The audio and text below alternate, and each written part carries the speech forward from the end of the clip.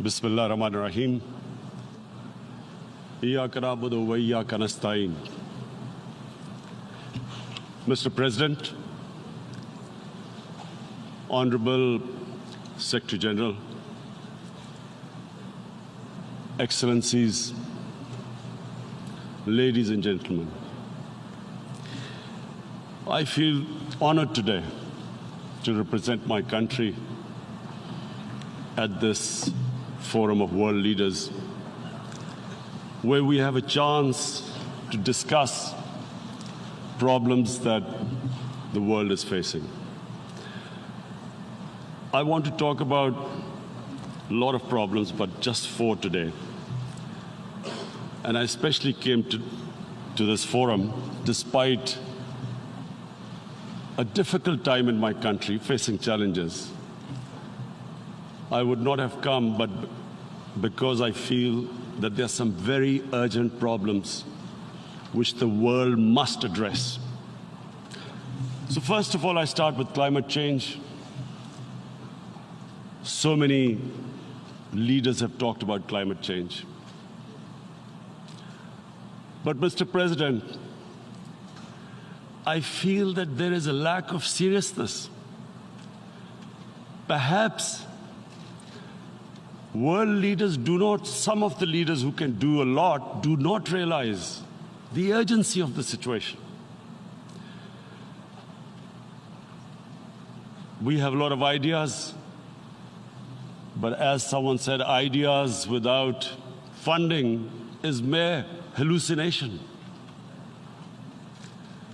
Pakistan, I'll give you an start with my own country. Our country is amongst the top 10 nations in the world which are most affected by climate change. We depend upon our rivers. We are mainly an agricultural country. And 80% of the water in our rivers comes from our glaciers. The glaciers not just on the Pakistani side, even India. The river, the 80% of the water in Ganges and the Indian rivers also comes from the glaciers, from the Himalayan glaciers, Karakoram, Hindu Kush. And these glaciers are melting at quite a rapid pace. We detected already 5,000 glacial lakes in our mountains. And if this keeps going, if nothing is done, we are scared that humans are facing a huge catastrophe. In my country, when my party came to power in the province of KP, we planted 1 billion trees in 5 years. Now we've set ourselves a target of 10 billion trees in Pakistan. Idea being to counter the effects of global warming. But one country cannot do anything. This has to be a combined effort of the world. My optimism comes from the fact that humans, the Almighty has endowed humans with great powers. We can do anything, provided our survival instinct is stirred up. And this is really what I hope that the United Nations will take a lead in this. There must be more emphasis. Richer countries must be pushed. Countries that are responsible for, mainly are responsible for greenhouse gas emissions. They must be pushed because our country contributes minuscule amount to greenhouse gases. So I feel that the United Nations must take leadership in this. My second issue for me right now is even more critical. Mr. President, every year, billions of dollars leave the poorer countries and go towards rich countries. billions of dollars siphoned off by the ruling elites of the developing world. And they find their way into Western bank accounts, offshore accounts, tax havens, expensive properties hidden behind companies bought in Western capitals. Mr. President, this is devastating the developing world. This is causing more poverty, debts. It's impoverishing the developing world. The difference between rich and poor countries is growing because of this.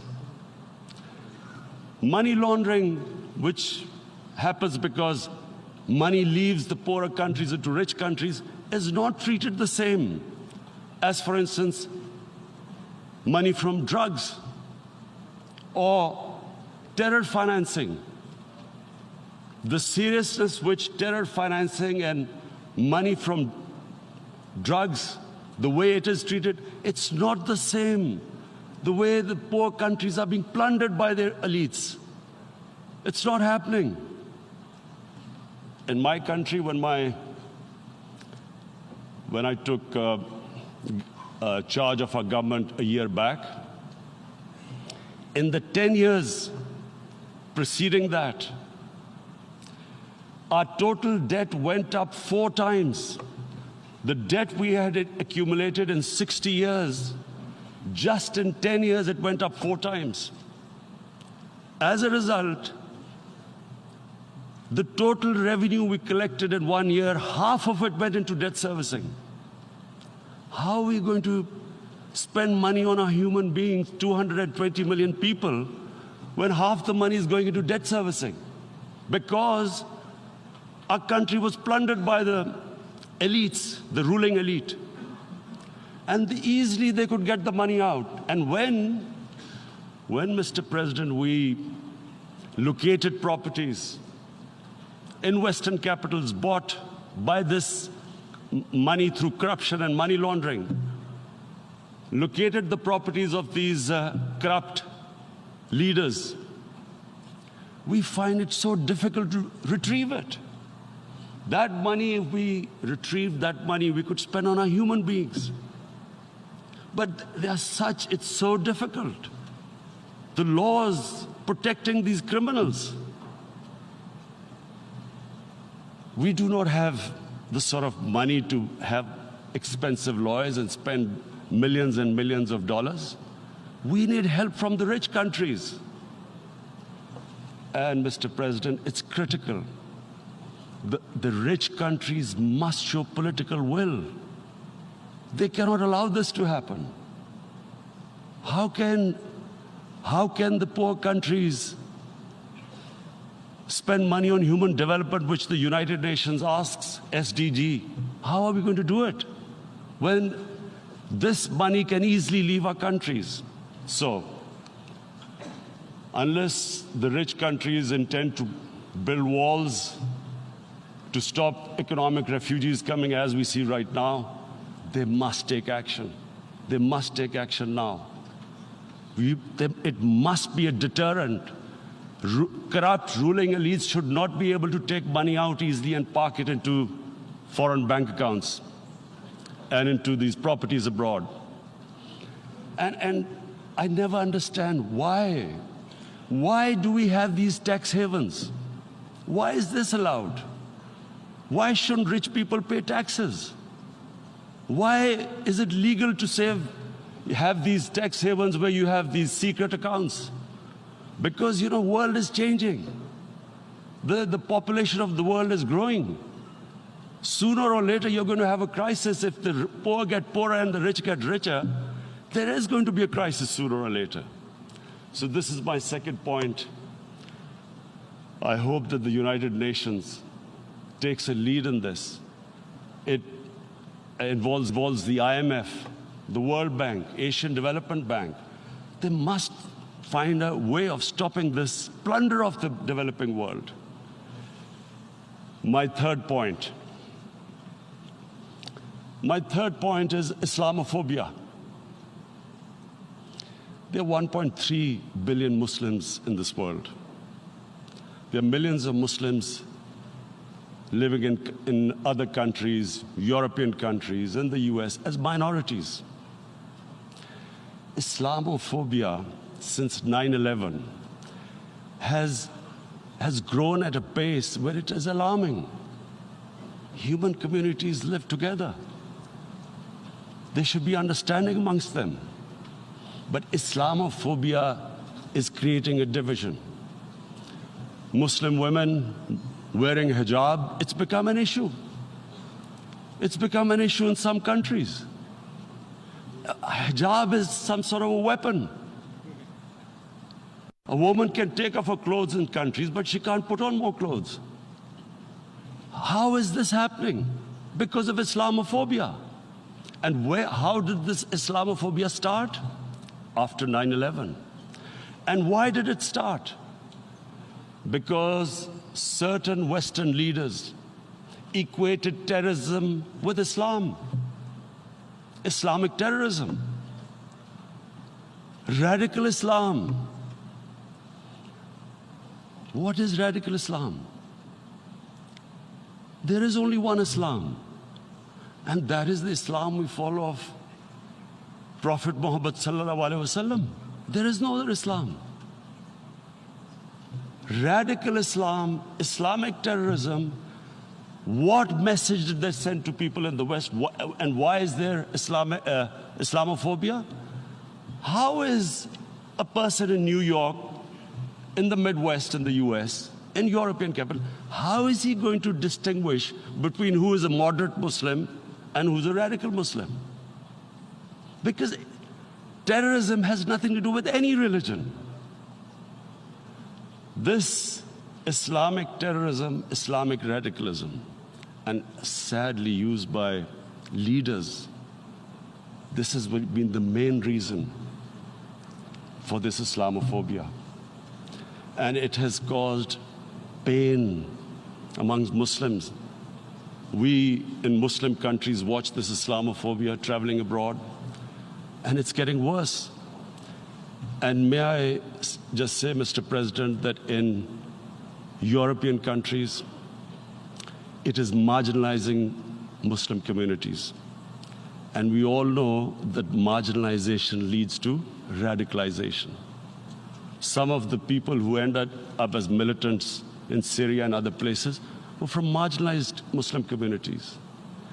And my point here is that we must address this issue. I'm sad to say that we Muslim leaders have not addressed this issue either. After 9/11, when this thing came about war against radical Islam, rather than Muslim leaders trying to explain to the West that there is no such thing as radical Islam, in all human communities, they are radicals. They're liberals and rest are moderate. All human communities, Christians, Jews, everyone has it. But Islam is not radical, neither Judaism, neither Christianity, neither Hinduism. No religion preaches radicalism. The basis of all religion is compassion and justice, which differentiates us from the animal kingdom. But unfortunately, the Muslim leadership was so scared of being called radical Islam that all of them became moderates. In Pakistan, we were in the eye of the storm, and our government coined a phrase called enlightened moderation. No one knows what it meant, but everyone started putting on Western suits that they were moderates, started speaking. Even those who didn't know English would speak English because they were moderates. No one had a clue what it was, because we, in the Muslim world, did not explain to the West that there is no such thing as radical Islam. One of the reasons why, after 9/11, Islam was supposed to be equated with terrorism was suicide attacks. Because the 9/11 bombers did a suicide attack, all sorts of theories came up that the Muslims are involved in suicide attacks because they will get virgin in heavens. Some came up with, what about women, suicide attackers? So this bizarre thing happened. No one explained. Suicide attacks and Islam were equated. No one did research that before 9/11, the majority of suicide attacks in the world were by Tamil tigers, who were Hindus. No one blamed Hinduism, and quite rightly. What has Hinduism got to do with what desperate people were doing in Sri Lanka? We all know about, we've seen films about Japanese kamikaze pilots at the end of the Second World War doing suicide attacks. No one blamed the religion. But here we were trying to prove we were moderates and not explaining to the West. But the most important thing I wanted to say here today, in explaining this Islamophobia, Mr. President, and I feel it's very important because I've spent, because of I played professional sport in England, I spent a lot of time there, so I know how the Western mind works and how West views religion. So where the misunderstanding about Islam came, and one of the reasons it caused Islamophobia. That was, in 1989, this book was published, maligning, insulting, ridiculing our Prophet Muhammad sallallahu alaihi wasallam. And there was a reaction in the Muslim world. The West couldn't understand what was the problem. Because in the West, because I have spent so much time in the West, religion is perceived completely differently. They don't look upon religion like we do. And so Islam was supposed to be an intolerant religion. It was against freedom of expression. And Islam took a real beating 30 years ago. I still remember it became a watershed. And every 2 or 3 years, someone would malign our Prophet, peace be upon him. There would be a reaction by the Muslims. And again, it was Islam, an intolerant religion. Again, this time, I blame a certain section of the people in the West who deliberately provoked this, knowing the impact it would have. But the majority of the people in the West didn't understand. This is where, again, Muslim leadership let the Muslims down. We should have explained to them what our Prophet, peace be upon him, means to us. So in 1 minute, I'll try and explain what he means to us. Our Prophet was the witness to the divine book, the Holy Quran. The Holy Quran is the book of guidance for Muslims, and the Prophet's life was living the Quran. He was an example of what the Quran guided us to be. So he is the ideal we all try to get to. The Prophet created the state of Medina, the first state in Islam. That state was the basis of a Muslim civilization which became the predominant civilization for the next 700 years. And what was that state? I hear such strange things about Islam, that it is against women, it's against minorities. The first state of Islam in Medina, it was the first time a welfare state was set up. The state took responsibility of the weak, widows, orphans, poor people, handicapped. It taxed the rich, spent the money on the poor. The state announced that all human beings are children of Adam, hence equal, whatever the color of their skin. The state announced, the Prophet announced that, and slavery, the whole system depended on slavery as it did for many years in the Western societies. The Prophet said that one of the greatest deeds is to free a slave. But because the society depended on slavery, he said, but if you have to, treat them as an equal member of the family. And as a result, something happened in a Muslim world which hasn't happened in any other civilization. Slave dynasties appeared. Slaves became kings. The Mamluks, slaves who ruled Egypt. In India, there were slave dynasties. And then, with minorities, again, you hear that Islam is supposed to be against minorities. Let me just make this clear.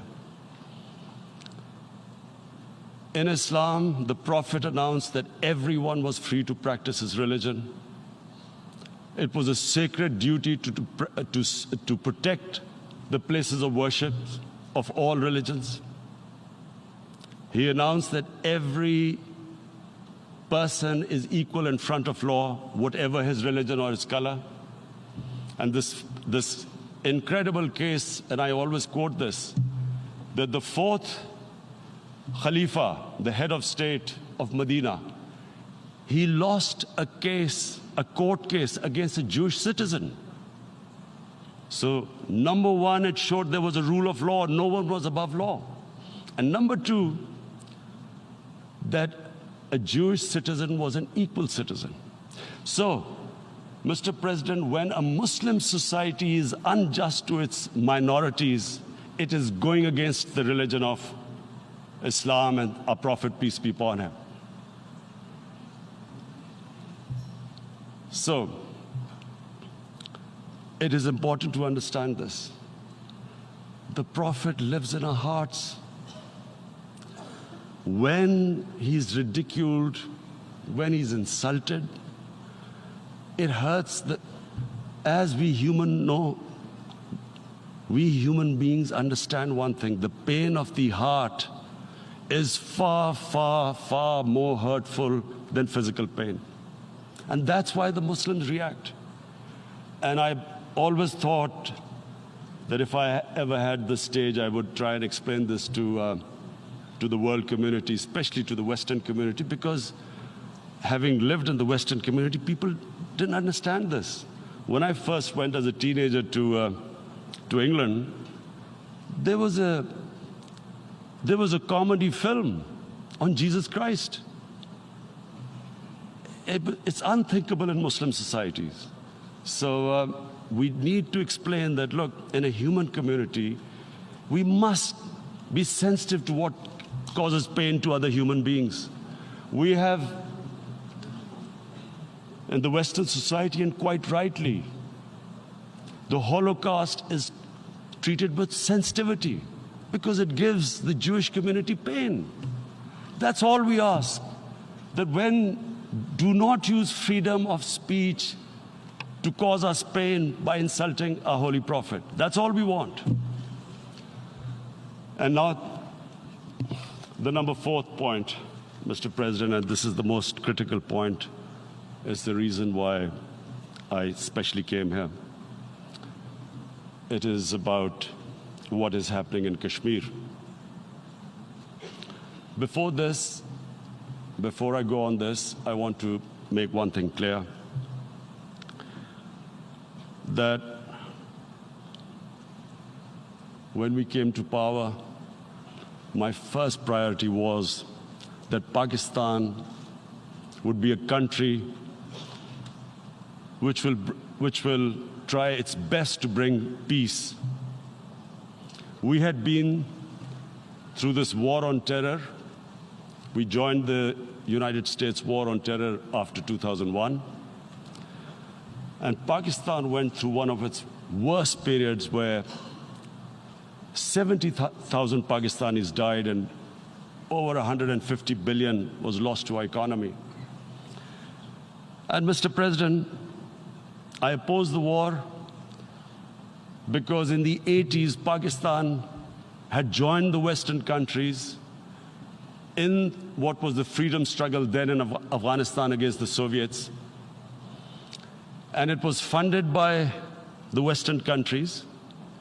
These Mujahideen groups, which were treated in guerrilla warfare, were trained by Pakistan Army, funded by the Western countries, and especially US, and they waged what was a freedom struggle in Afghanistan. The Soviets called them terrorists. We called them freedom fighters. 1989, the Soviets retreated. The Americans packed up and left. Pakistan was left with these groups. Come 9/11, Pakistan joined the United States in this war on terror. And now our government was supposed to, the reason why I opposed joining this war, because here we had indoctrinated them in jihad, meaning freedom struggle against foreign occupation. Now, because we had joined the US, and the US had occupied Afghanistan, now we were supposed to tell them that, no, this is not freedom struggle and jihad, it's terrorism. So that's why I tried to tell then government that, stay neutral, because you will have leverage over them. You will be able to control them. But if you join them, you become collaborators, and they will attack you, which is what happened. They turned against us. We went through a nightmare. 70,000 people killed in a war we had nothing to do with. No Pakistani was involved in 9/11. Taliban were in Afghanistan. Al-Qaeda was in Afghanistan. What had we to do with it? 70,000 Pakistanis died. So when we came to power, we decided that we would dismantle what was left of these groups. And this decision was taken not just by us, but by all the political parties in Pakistan. Unfortunately, they didn't implement it. So we came to power, we decided to implement it, and we dismantled whatever was left of the groups. And I know that India keeps accusing us that there are these groups there. I would like the United Nations to send observers, see for themselves what we've done. No Pakistani government would have dared to do this because it would have created strife. But we decided that there would be no militant organizations in Pakistan. So I need to give you this background and to what I'm going to say later on. And secondly, we started mending fences. I invited the Afghan president. We developed a relationship with Afghanistan. We had problems with Iran. We mended fences there. And then India. Now let me just give you a little background about my relationship with India. Because of cricket, and cricket being it's a passion in the subcontinent, I had great following in India. I have friends in India, and I loved going to India. So immediately, when my party came to power, the first thing we did was to immediately reach out to India. And I spoke to President Modi, and I said, look, we have similar problems. Climate change, poverty. Let's get together. Let's resolve our differences through trade. Let's build a relationship on trust. Prime Minister Modi told me that, there were terrorist attacks from Pakistan. I said, we have problems with you. There are terrorist attacks which we know are instigated by India in Balochistan. We caught a spy, Kulbhushan Yadav, who admitted what the sabotage going on in Karachi and Balochistan. So we said, look, let's leave that behind. Let's move forward. Our main priority should be our people. The highest number of poor people live in the Indian subcontinent. Unfortunately, didn't make any headways. Our foreign ministers were supposed to meet on this in the UNGA last year. India cancelled it. We thought that it's their election coming up.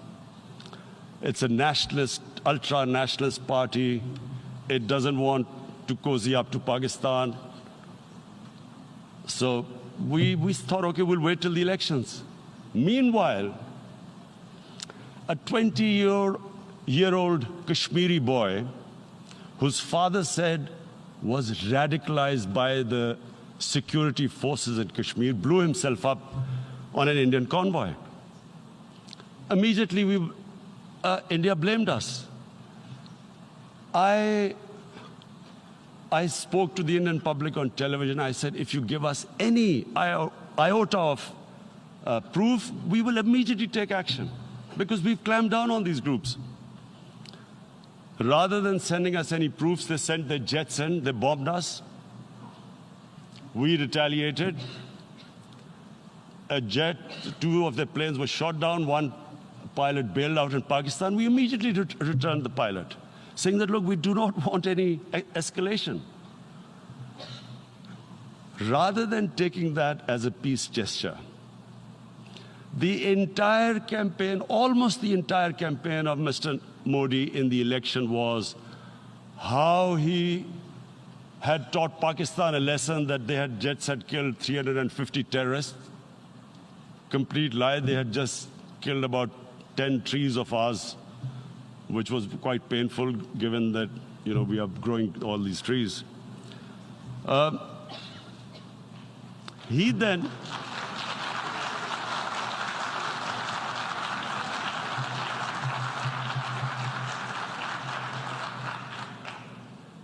the election campaign, Mr. Modi used words like, this is just a trailer, the movie is about to start. I went into Pakistan and taught them a lesson. This was the election campaign. Okay, so we thought, us politicians make all these statements to win elections. So, okay, after elections, we'll get back to our normal relationship. Well, the moment the elections ended, we approached India. No response, but then we discovered they were trying to push us in the FATF blacklist to bankrupt us. That's when we realized there was an agenda. And that agenda became obvious on the 5th August when India went against 11 United Nations Security Council resolutions, which say that Kashmir is a disputed territory and the people of Kashmir have the right of self-determination. They went against that. They went against Simla Accord, which is about bilateral, sorting out our differences through bilateral means, went against that. They actually went against the Indian Constitution. Illegally, they revoked Article 370, which gave Kashmir the special status. They got an extra 180,000 troops there. Total number of security forces in Kashmir now are 900,000. And they put 8 million people of Kashmir under curfew.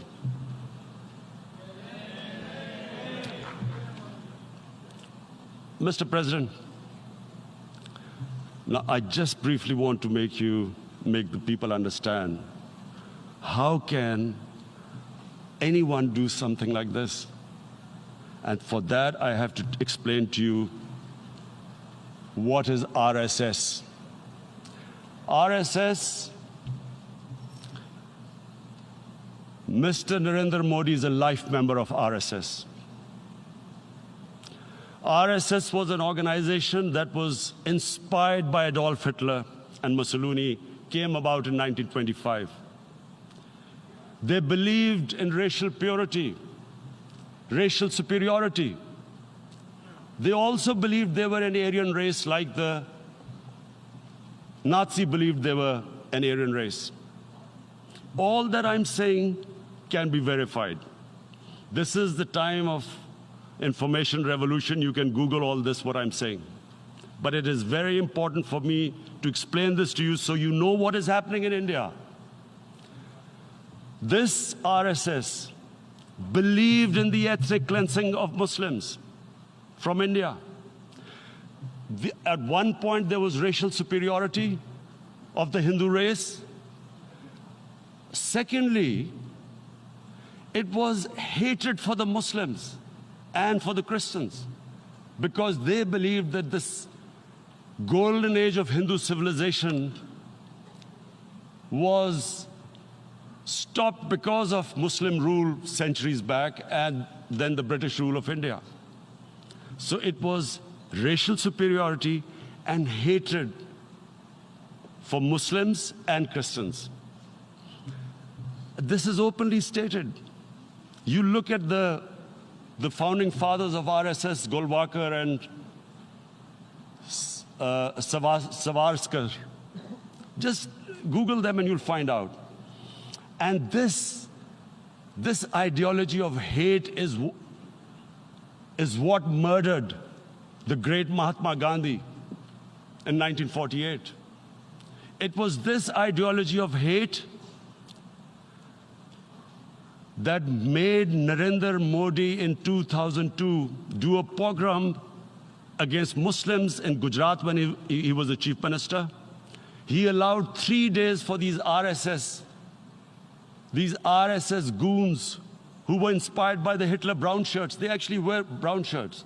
This RSS, the Congress Home Minister gave a statement that in RSS camps, terrorists are being trained. And these terrorists butchered 2,000 Muslims and 150,000 Muslims were made homeless. Narendra Modi could not travel to the US because of that. And I need to make you understand this background before I explain to you that what sort of a mindset would lay siege to 8 million people with 900,000 troops. Women, children, sick people, locked in as animals. In fact, of what I know of England, if 8 million animals were locked in, the RSPCA would have made a lot of noise about it. These are human beings.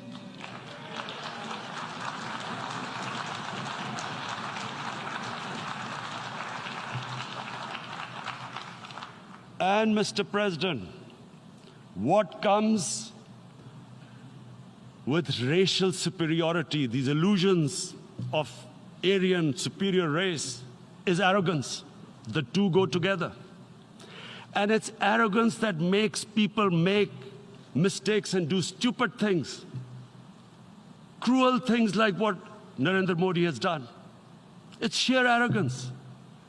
And it's arrogance that has blinded him from the fact that what is going to happen when the curfew is lifted? Has he thought about it? This hasn't been thought through. What is he going to do when he lifts the curfew? Does he think that people of Kashmir will quietly accept the status quo because India has changed the constitution and taken away the special status? They'll accept that?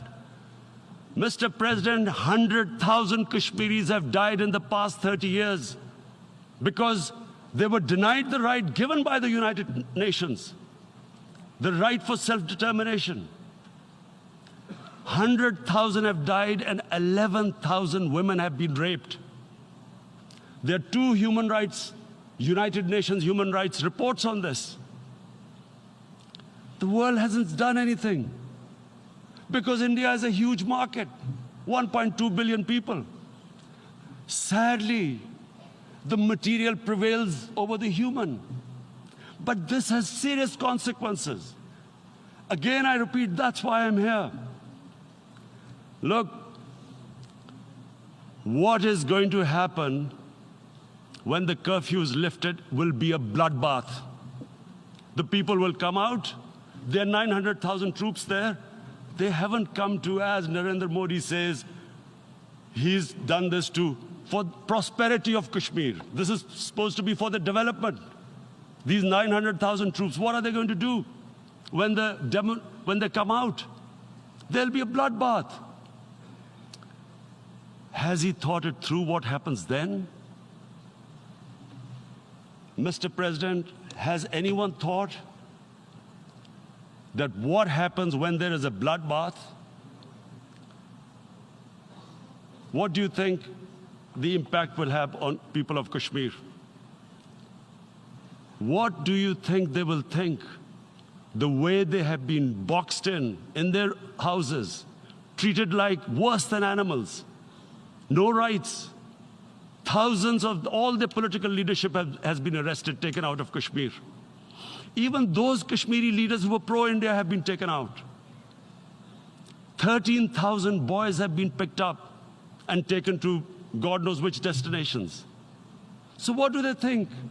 What will the people of Kashmir do when they lift the curfew? They will be out in the streets. And what will these soldiers do? They will shoot them. They've already used pellet guns, blinded young boys. In the last 6 years, the 5 years, the oppression that has gone on in Kashmir. And so, Kashmiris will be further radicalized. Mr. President, there will be another Pulwama. And guess what? India will blame us. They're already blaming us. They're saying all this is happening because of Pakistan. One of their defense ministers said there are 500 terrorists lined up on the border to go in. Why would Pakistan send 500 terrorists when there are 900,000 troops? What impact are they going to make? What will they do?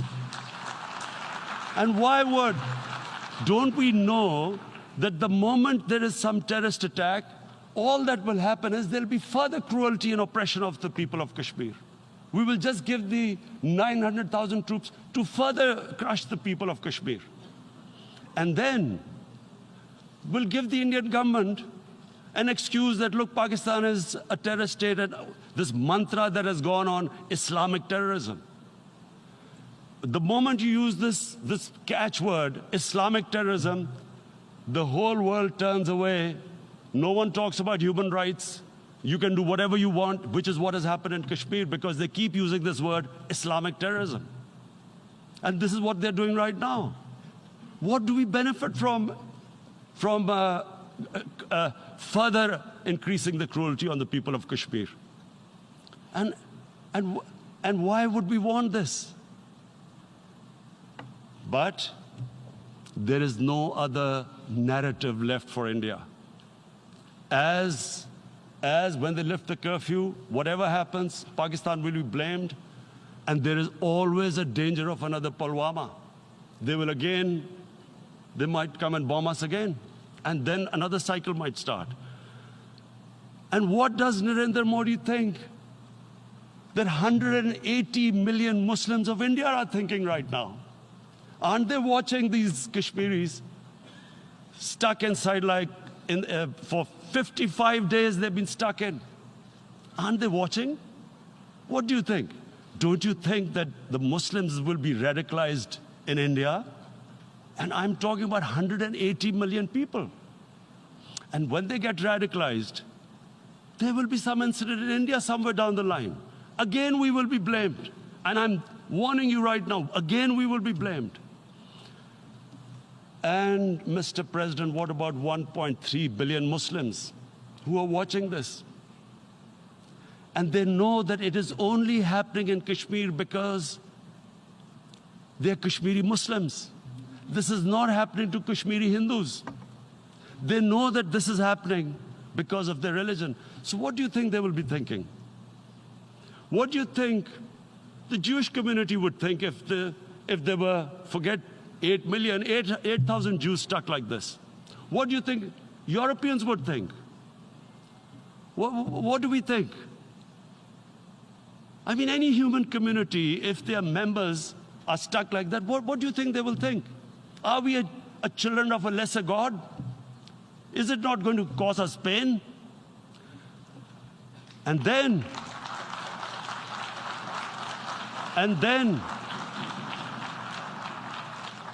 I'll tell you what will happen. People will, in the 1.3 billion Muslims, someone will pick up arms. I know we've been brought up with films, Western films. This good, decent guy doesn't get justice. He decides to pick up a gun and start seeking justice. There was a film made in New York, famous film called Death Wish. This guy gets mugged by and his family, his wife gets killed or something. He can't get justice. He picks up a gun and he goes around shooting muggers. And the whole cinema cheers him on. So what do you think the Muslims are thinking right now? If there is a bloodbath, there will be Muslims becoming radicals, not because of Islam, but because of what they will see that there's no justice when it comes to Muslims. There were Rohingya Muslims, Myanmar, who are, God knows, almost 1 million people out, ethnic cleansing. What was the response of the world community?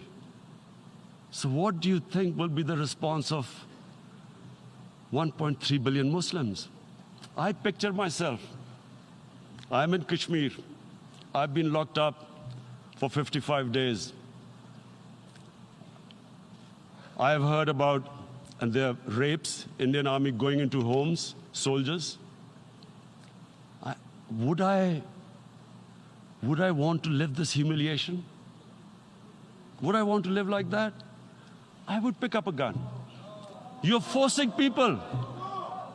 You are forcing people into radicalization. When people lose the will to live, what is there to live for? And this is what, if you can do this to human beings, you are actually radicalizing people. And so, Mr. President, I want to repeat here, this is one of the most critical times. There will be a reaction to this. Pakistan will be blamed. 2 nuclear-armed countries will come face to face like we came in February. And before we head in that direction, the United Nations has a responsibility. This is why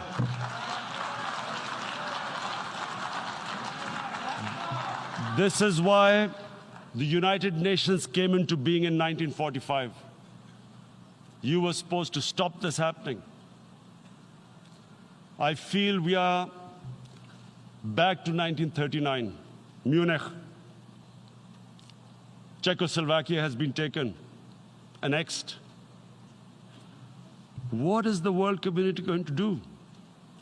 Is it going to appease a market of 1.2 billion, or is it going to stand up for justice and humanity?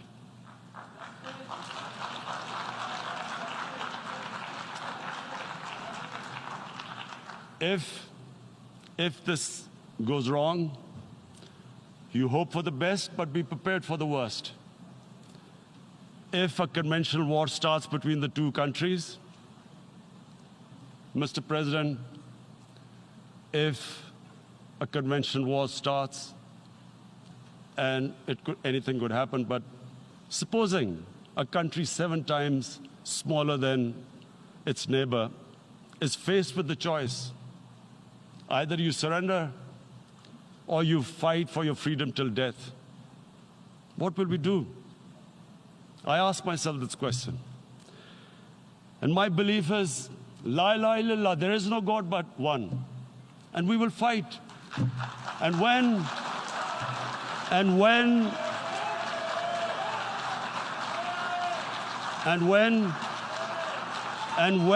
a nuclear-armed country fights to the end, it will have consequences far beyond the borders.